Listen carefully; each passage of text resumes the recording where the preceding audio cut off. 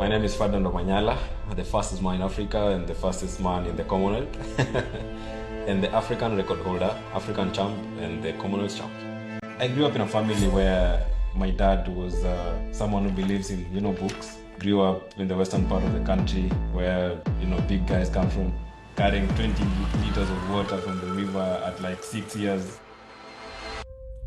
Went through good schools because my dad really wanted us to get great education. I remember my first 2 years of high school were, I was a very indisciplined guy. There's a time I got 2 suspensions consecutively, and I went back home and I was looking at my parents, they're disappointed, and it really hit me hard, and I wanted to really change. I decided to make a U-turn and I got serious. That's how I decided to join the rugby team. My job was just to catch that ball and run. I took that team to the finals.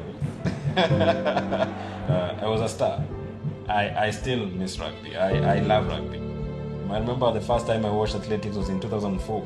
I was particularly interested in the sprints. The second time was when Bolt was doing his thing in 2008, 2007.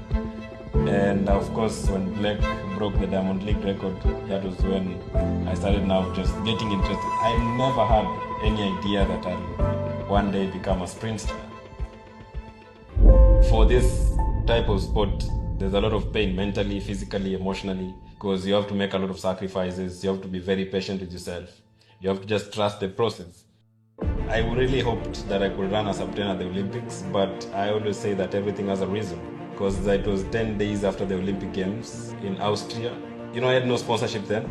I had nobody was funding me, so I took off all my allowance at the Olympics and just paid my tickets. And then I go out of the block really quick, just running, and then I cross the finish line and it's 9:96. I really couldn't believe it. That was my breakthrough year, so people really didn't have a clue of who is this guy.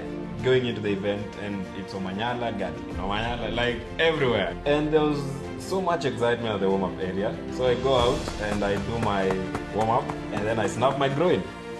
Just before I put on my spikes. And like everybody is waiting for this 100 meters. Gatlin is warming up the other side. Bromel is doing his block starts the other side. And there are groups of people just watching how I'm warming up, and people want to see what's going to happen. So when the gun goes off, I never had the quickest of starts because I was really just trying to think of the length. So when at 30 meters, the pain is not there. Now Bromel is like 2 meters ahead of me. So we are here waiting. Bromel did not even know if he had won because I really came back on him. So sitting there, and then I see 9:76 and then me 9:77. I was so happy.